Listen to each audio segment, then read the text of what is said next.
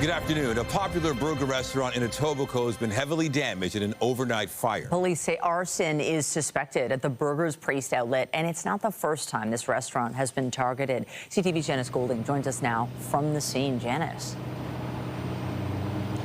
Hi, Michelle. Yes, we're live right now in the Queensway near the 427, where police and investigators have cordoned off the area around a popular Burgers Priest restaurant, which they say may have been the target of an arsonist. Now, investigators say that the call came into them at around 3:15 a.m. for an interior fire that had quickly spread to the roof. Crews managed to put the flames out. However, they're still on scene monitoring hotspots. Investigators say no one was inside the building at the time and no injuries have been reported. However, a neighbor says he believes the person who set the fire may have been injured. John Candleberg has watched surveillance video from his restaurant next door and says he witnessed a man break a window and crawl in at around 3 a.m. He says the suspect exited the same way about 3 minutes later, but was caught in the blast on his way out and ended up rolling in the parking lot. Candleberg says the situation is very concerning because this is the fourth time the restaurant has been targeted by arsonists since last week, Wednesday. Two guys go along the building, go inside, light gas, light a fire, and almost blew themselves up. So now I actually came this morning because I was watching the news. My phone was blowing up, and it happened again. So I don't know what's going on. At this point, Toronto Fire has not confirmed the other fires. However, Candleberg says the first fire last Wednesday was actually set beneath that awning, which you can see is completely burned out, and two other fires were set at the garbage bins behind. The investigation continues. Reporting live from Janice Golding. Now back to Michelle. Thank you, Janice. And still to come on CTV News, we discover a twist in the world of car theft where the actual car is not stolen. Investigative reporter Doug Woodward will explain. It's another hazy and hot day with a heat warning still in effect. There was a bit of improvement in air quality this morning, but we didn't see much difference in the way that the haze appeared. Take a look. Let's take another live look at our city. The view from Nathan Phillips Square. You can see bright sunshine, looks pretty nice, summer heat. But yes, there are a couple of alerts still in place. But a lot of people noting today that it does feel not as bad as it did yesterday in terms of the air quality. Let's bring in Lindsay Morrison, who has the specifics on that. Lindsay. That is the big difference today, Michelle. A dramatic improvement from this time yesterday when we were off the charts on the air quality health index at 10+. Today we are at a 6, which is moderate risk. We remain under a special air quality statement. It's actually a new one. It's different from yesterday, but it continues to warn of elevated pollution levels. And there's the heat warning that's still in effect as well. It is hot, hazy, and humid. It's going to feel into the mid-30s today. It's already 29 degrees at Pearson, feeling like 32. Here's what we're expecting at the height of the day today. Humidex value of about 36 here locally, light winds. Yes, some sunshine, not much in the way of cloud cover, but a hazy sky, a bit of a hazy sky once again. We do expect further improvements as the week goes on. And coming up, I'll give you an idea of when we're finally going to get some relief from the heat. That's ahead in your forecast, but for now, Michelle, back over to you. Thanks, Lindsay. Now to protests and counter-protests at City Hall over new shelters to be built in residential areas. They flared up in the last hour with a council committee trying to sort out how it proceeds with the shelters. CTV City Hall reporter Natalie Johnson joins us now live with more details. Natalie.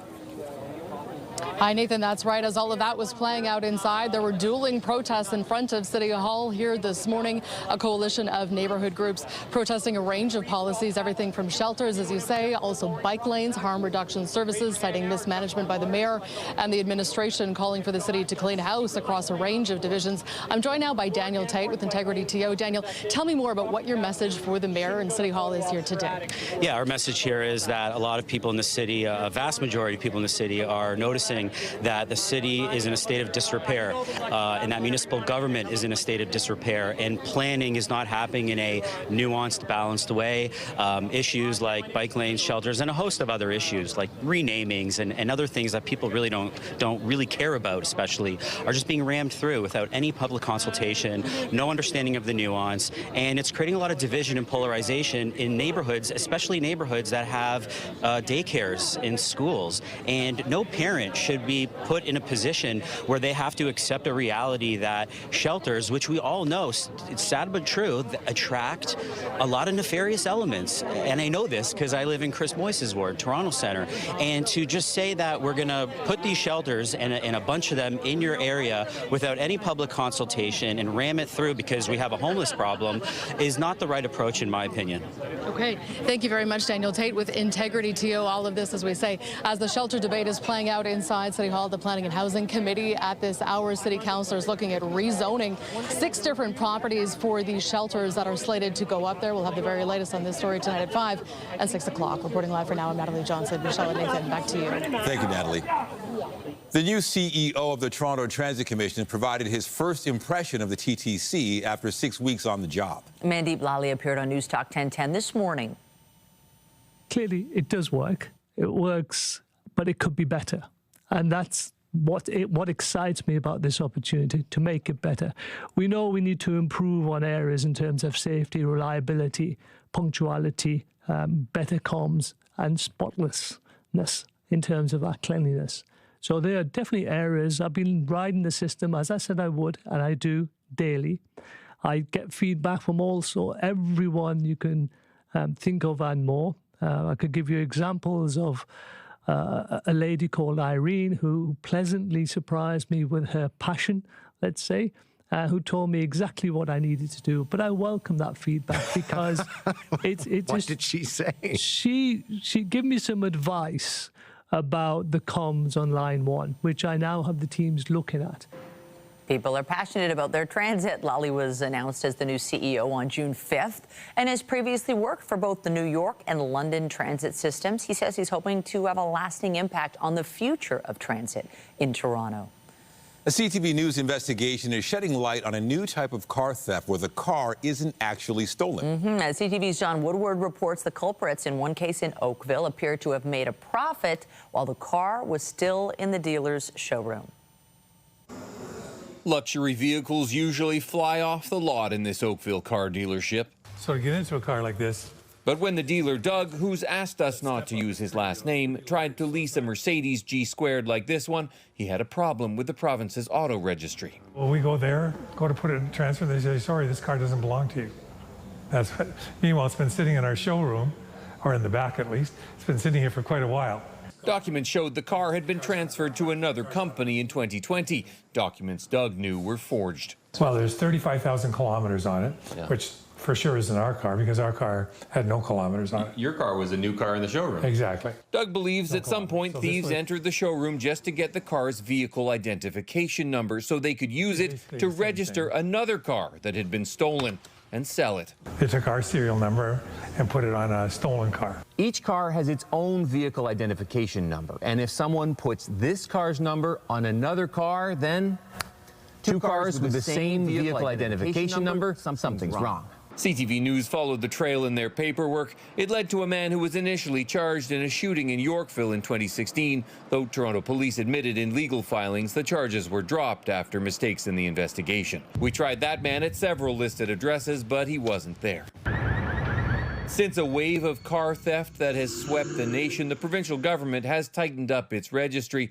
Police have also laid several charges against Service Ontario workers. One worker, Tanisha Baird, was convicted earlier this year. It's definitely a scenario where one VIN number is living 2 lives. Carfax has added tools to help dealers and people figure out if their VIN has been cloned.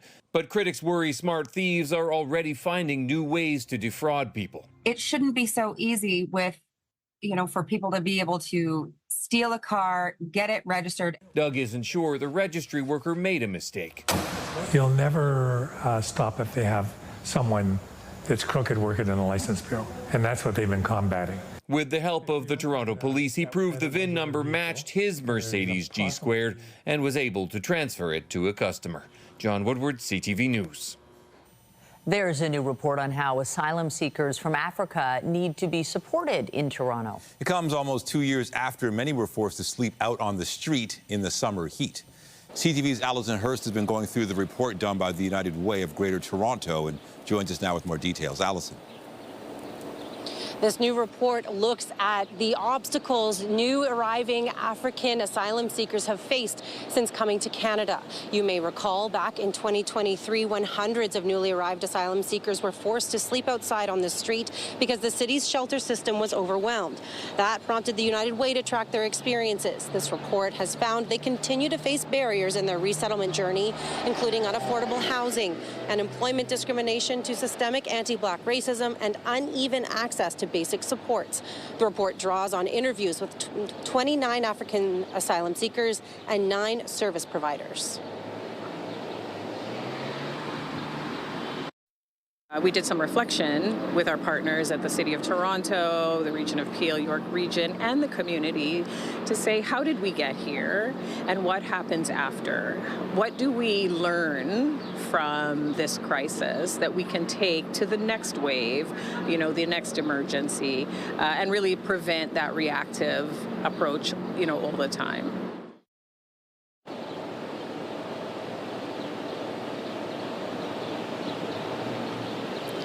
In response to that report, the United Way of Greater Toronto is offering a $400,000 investment to 2 community-led initiatives that will assist 200 African asylum seekers and also look at helping at least 50 secure, stable housing. Reporting live, I'm Allison Hurst. Nathan, back to you. Thank you, Allison.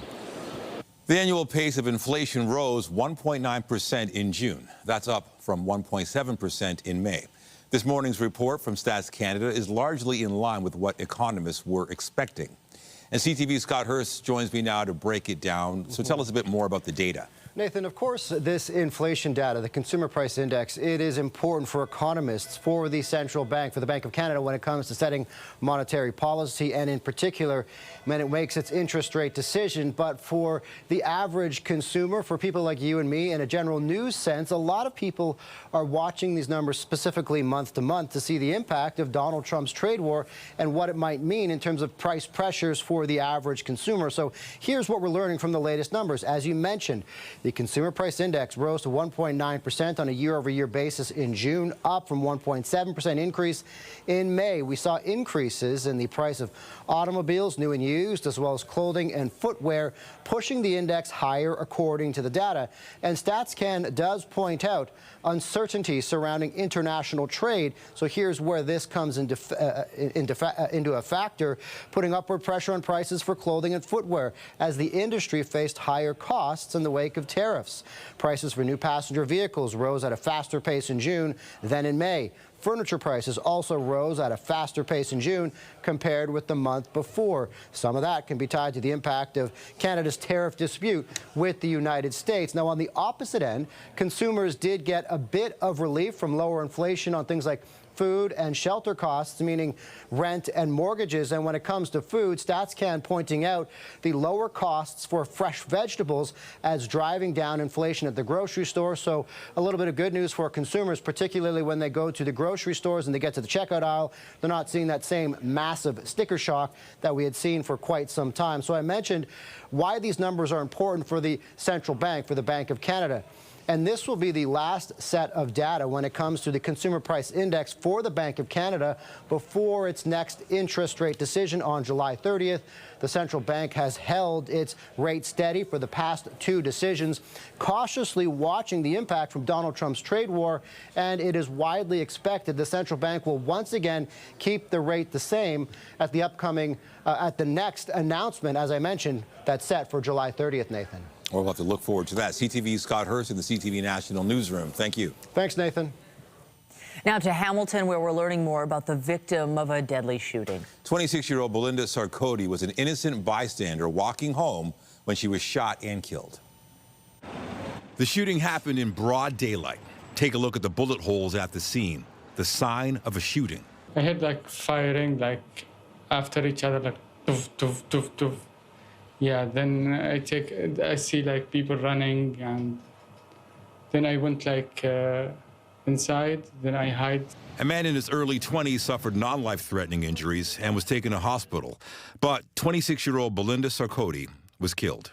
Belinda is such a kind person with a good heart. If something goes wrong, she's the only one that I will call, and then I'll tell her. She'll be like, "Yo, no, you know, this happened in the Bible. This too shall pass," and we just laugh, and then we'll be okay. Sarkody's brother says he and Belinda spoke on the phone every day, especially Fridays, which were her days off. I tried calling her throughout the night, and no one was answering the phone. Police have identified the suspect as 17-year-old Mikhail Lavoie, obtaining an order to release a photo of him despite the fact he's a youth.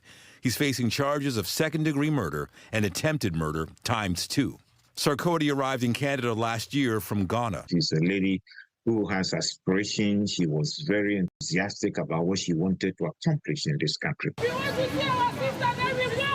Colleagues of hers showed up at the scene Friday night, saying she'd been waiting for the bus with the boy they know. Grace Nasiro says she'd known Sarkody for 7 months.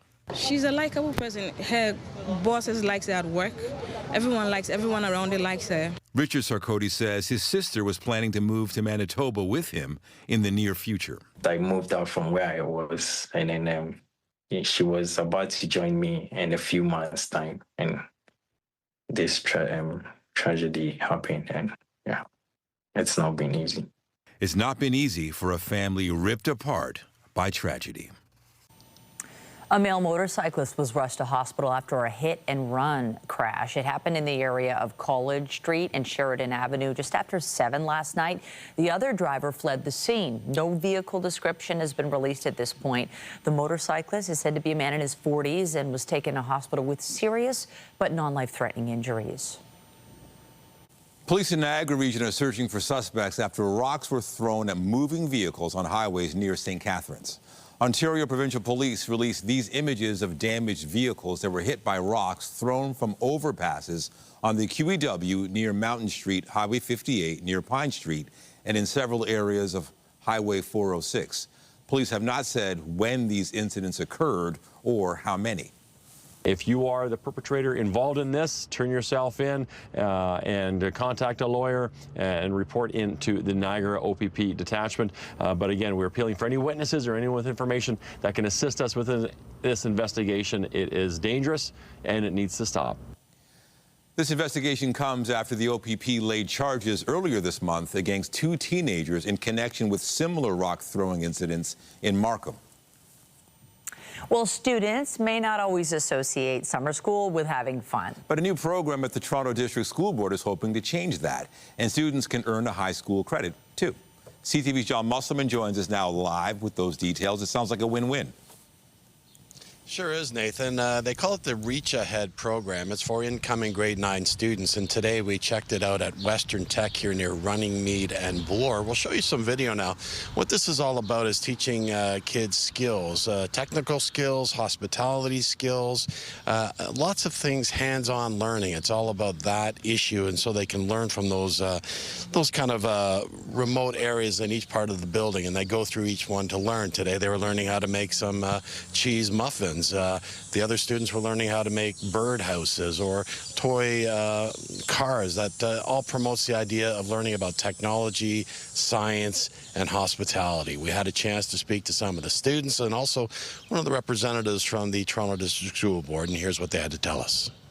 I really like it. It's really fun, and it's like I'm really interested in like technology and the skilled trades, so it's really fun for me. Well, it helps me like learn like hands-on things, and when I'm like doing auto like stuff, it's like hands-on, so it like gives me like a taste of the stuff. Well done. Well, today I learned how to cook a muffin, and I felt like that was really cool. Something I've never been able to do before. Yeah. When people think of summer school, they often think of remedial, or I need to upgrade, or sometimes even reach ahead. But these are students who are going to have a great first experience with high school. There's a little bit of a summer camp feel here. One of the students said, I've got no homework. They're earning a credit, but they're also having fun. And now the students are here every day, Monday to Friday, and they're from all across the city, and they're going into high schools right across the city as well. Most of the kids we talked to said they're really enjoying this hands-on learning. We'll have much more on the story tonight on CTV News at 5 and 6. Reporting live, I'm John Musselman. I'll send it back to you. Thank you, John.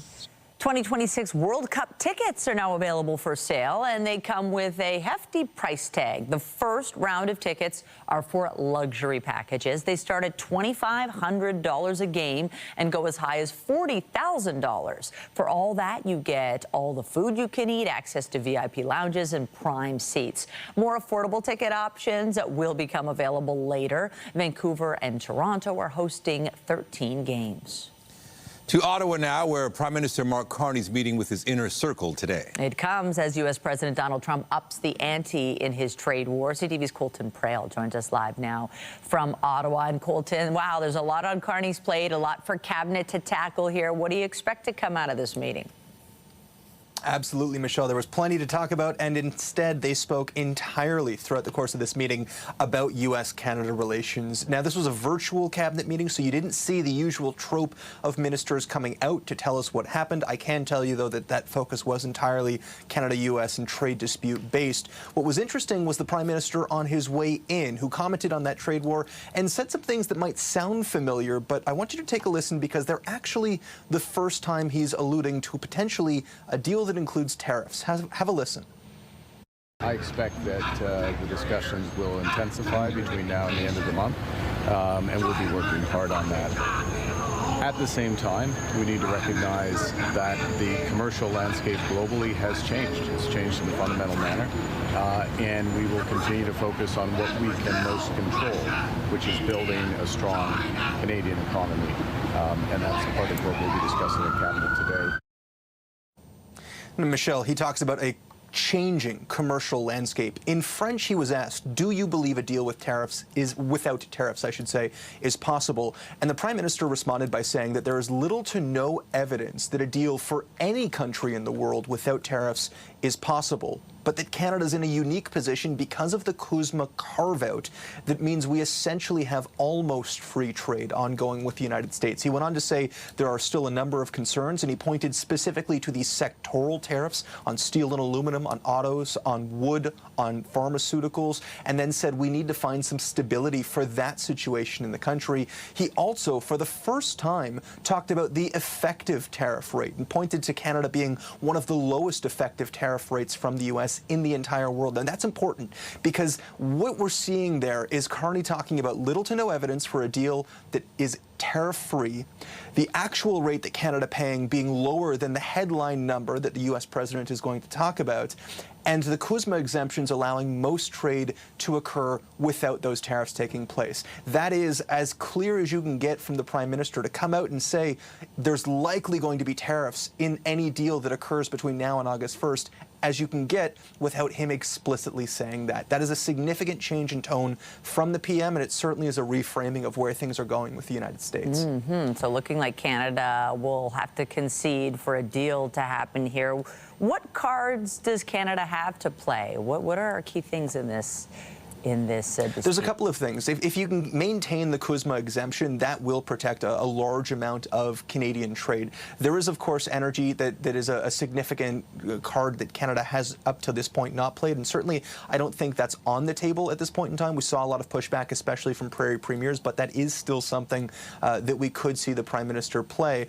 The other element to all of this is supply management. There has been a conversation around supply management. It certainly is a pain point for the United States. They are not fans of that measure in Canada. The Prime Minister has previously said that it is absolutely not on the table, but we've also seen other things that weren't on the table at the time come off, things like the digital services tax. So there are, potential concessions that Canada could make. The other thing that the PM has working in his favor is new polling today from Angus Reid, which shows 80% of Canadians don't believe that the President is negotiating in good faith, and 2/3 of Canadians want the Prime Minister to continue to have that elbows-up approach, a hard approach that would see fewer concessions, even if it means a damaged long-term or medium-term trading relationship with the United States while Donald Trump remains in the White House. So with both of those combined, he may have a little bit of leeway with the general public to either delay past August 1st and continue these negotiations, or to find a deal that does include a lower baseline tariff and potentially frame it as, well, Canada snuck one by the United United States, because even if the tariff rate is low, most of that isn't actually tariffed because of the CUSMA exemption. All of that, though, contingent on keeping that exemption in place. So there are still a couple of options for Canada, but certainly it is looking now like tariffs will be on the table. It's just how high. Wonder if Canadians can stomach that. Okay, CTV's Colton Prale live for us in Ottawa. Appreciate it. Anytime. The mayor presented a key to the city to a pair of Toronto culinary icons. The ceremony took place this morning at the St. Lawrence Market, where the owners of Carousel Bakery were honored. Morris and I are touched and deeply grateful to receive this unexpected honor from your worship, Mayor Chow. This recognition awarded here in front of Carousel and this historic, beloved institution is truly remarkable. Robert and Maurice Biancolin are being recognized for their contributions to the community, culture, and the character of one of the city's most historic public spaces. The brothers have been serving those world-famous pea meal bacon sandwiches and baked goods for nearly 50 years. The pair are being honored as they prepare to retire and pass the torch. Lindsay. Now I'm hungry for lunch, and it is a good day to maybe enjoy your lunch outside today. Keep an eye on the haze out there. We don't have any clouds to deal with. This is what it looks like on the satellite and radar, but yes, hazy sunshine is what we can expect for the rest of the day today. Winds are coming from a southerly direction again. They're pretty calm, though. You're not going to find a whole lot of relief from those winds. Instead, it is going to feel like the mid or even upper 30s today, right around the Golden Horseshoe. And tomorrow, it's going to feel like 40 or into the 40s. There's relief on the way when it comes to the heat, humidity, and of course the smoke and haze that's been blanketing us too. We're going to take you through the 7-day forecast, and in it, potential for some showers and even thunderstorms. Details after this break here on CTV News at noon. When you see it happen, send it to CTV News. Text 10400 from your screen to ours. Text 10400. Well, the air quality noticeably better, but you can still see the haze in the air. Not quite there yet. I think, yeah, we know there's haze, but you could feel that difference today. In fact, this morning, just the air smelled sweet, didn't smell like smoke, and just it's a beautiful day, although another 30-degree day, and for some people might be a bit oppressive. For others, they might just be thinking, keep it coming. Yeah, if you like 30-degree temperatures, I think you've been enjoying this summer so far. Did you know half our July days already have brought us a 30-degree high? And we've already had more 30-degree highs reached in the last 45 days than we had all year last year. So it's been a hot summer with more to come. We are expecting 30 degrees today and tomorrow before a change in the weather pattern comes for the end of the week and into the weekend. Let's get to the forecast. Weather is brought to you by the Presler Law Firm Injury Lawyers. You don't pay unless they win. Here's a look at our city skyline from this morning. Yes, still a bit hazy. This was around 8 o'clock this morning.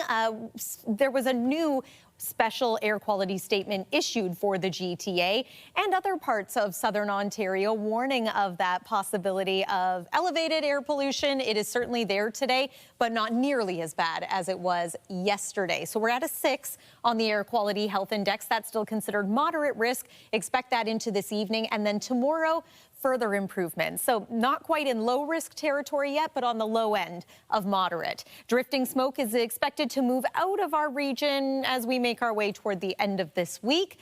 And then into next week, fingers crossed for breathing a little easier, clearer skies once again. Here is the air quality advisory that's in place around the Golden Horseshoe, also for southwestern Ontario, southern portions of Quebec, and eastern sections of our province. This heat warning, it remains in place. It will be here for today and for tomorrow. It's Thursday when the pattern is going to start to change, but that day is still going to be hot. Maybe not 30 degrees, but feeling like it. Right now it is 29, so we are on our way to another 30-degree day. It feels like 31 this hour.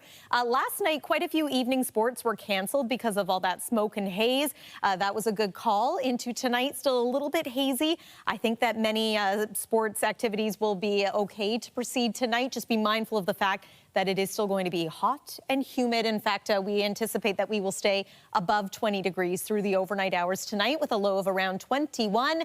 And then check out tomorrow, 33 degrees will feel like 41. So another muggy, stuffy day with some sunshine in the forecast, but also an increase in cloud as the day goes on and the chance of a few showers. So that's the first time we've been able to say that in the last 2 days here.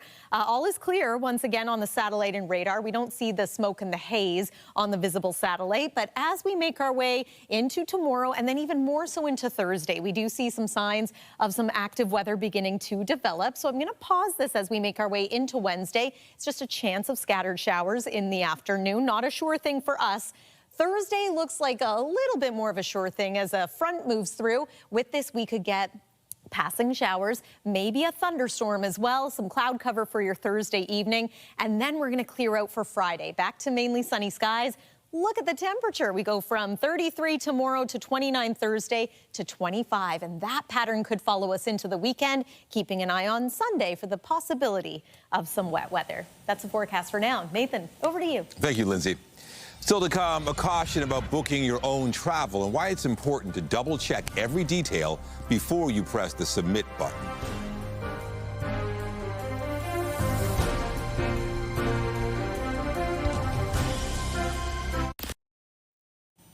Booking a vacation can be expensive, and you want to be extra careful entering your information to avoid mistakes. A couple accidentally booked a resort stay, and when they canceled it, they were shocked to be denied a refund. CTV's Pat Foran reports. Lizanne Hasmatali of London and her husband have been married for 1 year, and in March they plan to go to Jamaica to celebrate the honeymoon they never had. But when they were online booking a resort, they made a mistake. Right after we booked it, we realized that it just included the hotel option. So we canceled it immediately, and we were going to rebook it properly. Hasmatali says after she canceled the booking with plans to rebook the same resort with airfare included, she was shocked to find out the booking was non-refundable, and she would not be getting back almost $4,200 for the hotel stay. They saw that we canceled within 10 minutes, and it doesn't matter. What mattered is that it was non-refundable. The couple had saved for the trip, so without a refund, they were unable to book the resort again and ended up having to stay home. We spent this whole year saving for it, and then something as simple like this, as a simple mistake, you just lose it all. The couple booked the trip through Expedia. A spokesperson told CTV News, if a traveler makes a mistake on a non-refundable booking, the decision whether or not to allow additional flexibility is up to the hotel. It's so important to take your time when you're making a booking. The Travel Industry Council of Ontario, TICO, says there is no cooling off period when booking a trip, so it's important to make sure you check the booking details carefully. Richard Smart says using a registered travel agent can help avoid mistakes. If you do book a trip yourself, check the refund policy. Look before you book. Be very careful. Read those terms and conditions. After CTV News reached out to Expedia, TICO did as well, and Expedia agreed to give the couple a full refund, saying we worked with the hotel to provide a refund as a one-time courtesy. That was great news for Hasmatali, who can now use the money towards a future vacation. Thank you, CTV, for doing all that you did to help us get the money back. We're very grateful, and we're glad that it worked out. Pat Foran, CTV News. You've probably noticed wild weather swings over the past few years because of climate change. And that's putting massive amounts of stress on our power grid. And there are warnings that in the next 5 to 10 years, half of North America's population could be at risk of blackouts. To walk us through what's at stake is our latest recipient of the Omar Sachedina CTV News Fellowship, Rukhsar Ali. Thanks for joining us, Rukhsar. So why are we expected to see more blackouts, and how concerned should we be? Right, so experts are really concerned about the sheer amount of stresses that are being added to the grid. And one of those is extreme weather. So experts are seeing that severe weather is increasing in both frequency and severity. And so here's some more context. In the decade ending in 2023, Canada's 10 most significant weather events caused nearly 20 million electricity interruptions for customers. And 8 of those events were actually in the second half of the decade. And so we're seeing climate change fuel these extreme weather events, they're getting worse. But that's not the only problem. On top of that, we're seeing an increased demand for electricity. So things like electrification, electric vehicles, heat pumps. And then there's this other added factor, which is artificial intelligence. This is a totally new factor that people couldn't have predicted, maybe even 10 years ago. But data centers take up a lot of electricity, and that's adding even more strain to the power grids. Yeah, for sure. So with that, which provinces are the most vulnerable to these energy shortages? So in a recent report, it showed that most Canadian provinces are actually at risk for power shortfalls in the future because of extreme weather and these extra challenges. But the two that they identified as at most risk are Quebec and Nova Scotia. And a lot of that is because of demand growth. So the projections that they're seeing that, these provinces are actually going to struggle to keep up with them. These provinces are also familiar with extreme weather events. And so a lot of their infrastructure goes through a lot of wear and tear. And this is a problem we're actually seeing across Canada as well. A lot of the infrastructure is really old. And so the importance of actually replacing that infrastructure could also make all the difference. So you were recently in Nova Scotia. What's being done to address the problem? I was recently in Nova Scotia, and like I said, Nova Scotia isn't a stranger to extreme weather. They've been tackling this problem for decades. And so I got to go on site and actually see what the utility there is doing. And so they're doing things like replacing old wooden poles with ones that are bigger and built with stronger materials to withstand these stronger storms. And that makes sense. So with these kind of solutions, there's also more high-tech ones, things like smart technologies that are being deployed all across Canada. And then as we're on the topic of solutions, I also recently visited the Grid Modernization Center in Toronto, and what they're doing is really interesting. So they're actually taking super-powered computers, and they're running these real-time simulations for parts of the grid before those grids even make it into the system. So they're catching problems before they even become problems in the actual grid. Well, that's encouraging. Rukhsar Ali, the CTV News Fellowship recipient, thank you so much. Take care. Thanks for having me.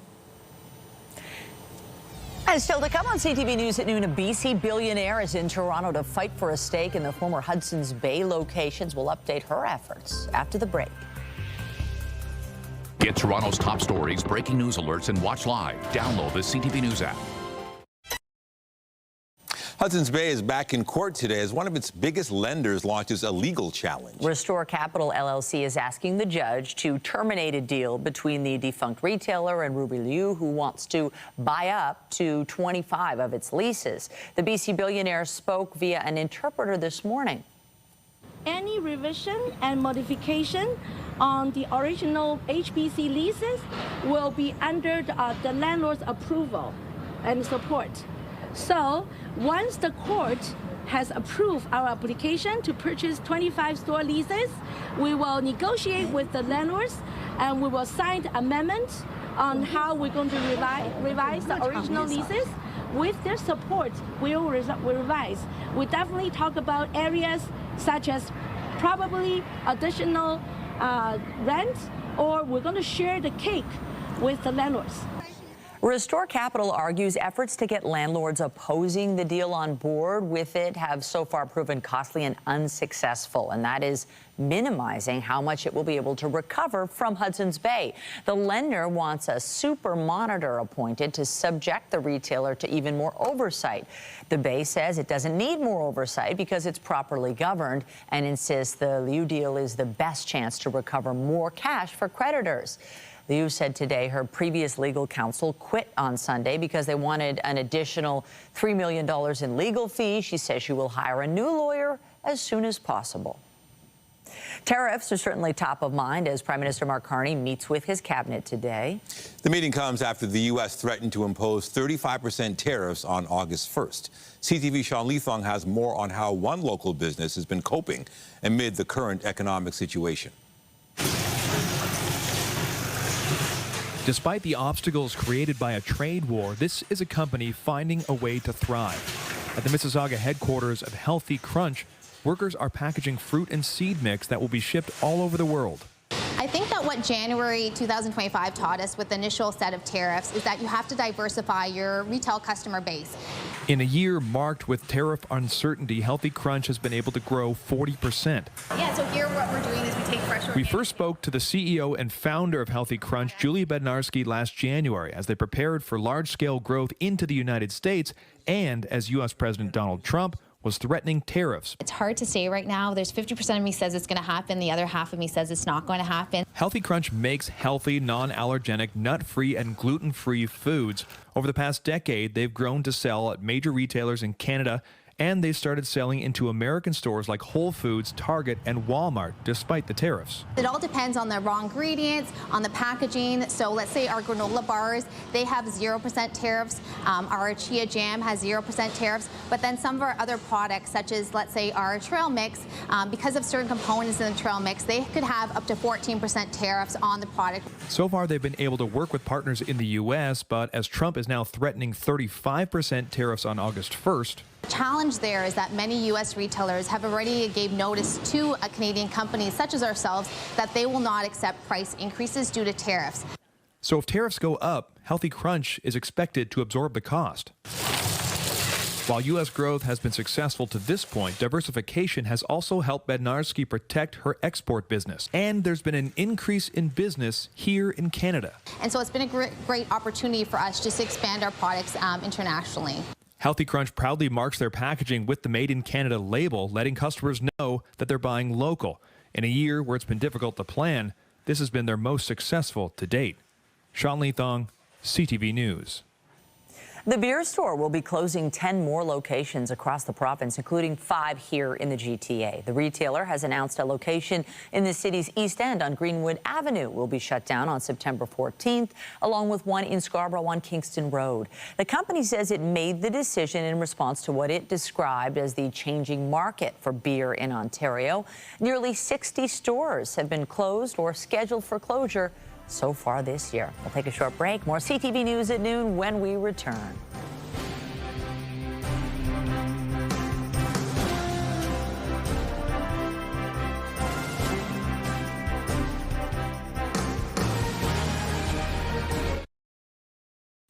The Television Academy announced the nominations for the 77th Emmy Awards this morning. The event will recognize excellence in American primetime television programming. And as CTV's Andrea Case reports, some Canadians made the cut. Ever since I came to the studio as a kid and went on the tour, being the head of Continental is the only job I've ever wanted. It was good news for Vancouver's Seth Rogen. He created and stars in the Apple TV Plus comedy, The Studio. The comedy about the behind-the-scenes workings of a Hollywood movie studio will go up against Abbott Elementary, The Bear, Hacks, Nobody Wants This, Only Murders in the Building, Shrinking, and What We Do in the Shadows. Rogen will face off against fellow nominees in the Outstanding Actor in a Comedy series with fellow Canadian Martin Short, Adam Brody, Jason Segel, and Jeremy Allen White. White stars in The Bear. While the debate continues whether or not The Bear is a comedy, it was nominated for the most Emmy Awards this morning. The Bear co-star Ayo Edebiri will go up against Uzo Aduba, whose show The Residents was told last week it will not be renewed.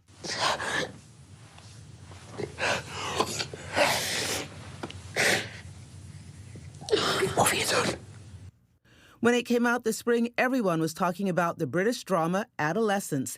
It was nominated for Outstanding Limited or Anthology Series. Grammy winner Nate Bargatze, who was the top-grossing comedian in the world last year, selling over 1.2 million tickets while touring in 2024, will host the 77th Annual Emmy Awards on September 14th. Andrea Case, CTV News. There was hip-hop royalty in the city last night. And some lucky fans had a chance to meet some of the members of Wu-Tang Clan before their farewell tour performance. Raekwon was in Regent Park yesterday afternoon. He stopped by the hip-hop lifestyle boutique 611 Purple Factory, which he founded. He spoke ahead of the show about this homecoming of sorts. Oh, man, this is like a birthday again. It's like, it's legendary to me. It's like, this is what we do. This is what it's all about at the end of the day. So I'm excited, man. I mean, every time I come here, I come to the factory and we do events. It's always super packed, nothing but love. And a lot of these guys I know personally, you know, just from there, you know, coming around, but it's amazing. Last night's Wu-Tang Clan show was at Scotiabank Arena as part of the Final Chamber farewell tour. The Backstreet Boys are marking a big milestone. Millennium 2.0. This is it. This is behind the scenes. The camera's not going to see that. The boy band is celebrating their Millennium 2.0 album. It's a 25th anniversary album. They shared some behind-the-scenes footage of their recent photo shoot. The pop group have also kicked off a 6-week residency at the Sphere in Las Vegas. 25th anniversary. Isn't that Can you cool? believe? I know somebody on this desk who'd like to go to that show. Who's that? I'm Just still kidding. hanging top. No, it's me. I'm a big of course. Hey, they were huge back in the day. That'd be fun, like memories. Oh, for sure, for sure. And such a cool venue, too, the Sphere. Mm-hmm. Let's talk a little bit about the weather. It is another warm day today, hot, humid, a little hazy also. One more check-in at our current temperature, and we are on our way to this being our 13th 30-degree day of 2025 so far. Into the night tonight, we stay just above that 20-degree threshold at 21. But yeah, it's still going to feel like 27 even at the coolest point of the night. So yeah, get those fans going through the overnight hours. And then tomorrow, one more stuffy, muggy day. It's going to feel like 41 at the warmest point of the day. 33 degrees will be the core temperature. Mix of sun and cloud, but it is worth pointing out that starting tomorrow, we have the chance of one of those late afternoon pop-up showers or even thunderstorms. A little more unsettled into Thursday. Looks like a bit more of a sure thing that we could get some passing precipitation. But then look at Friday, very comfortable and mainly sunny skies. Nathan and Michelle. All right, something to look forward to. Thank you, Lindsay. And that is CTV News at noon. Remember, you can get Toronto's breaking news all day long on CP24 and at ctvnewstoronto.ca. For Lindsay Morrison and all of us here, have a pleasant afternoon. I'm Michelle Dubé. And I'm Nathan Downer. Be sure to join us later for CTV News at 5 and 6. Have a great afternoon.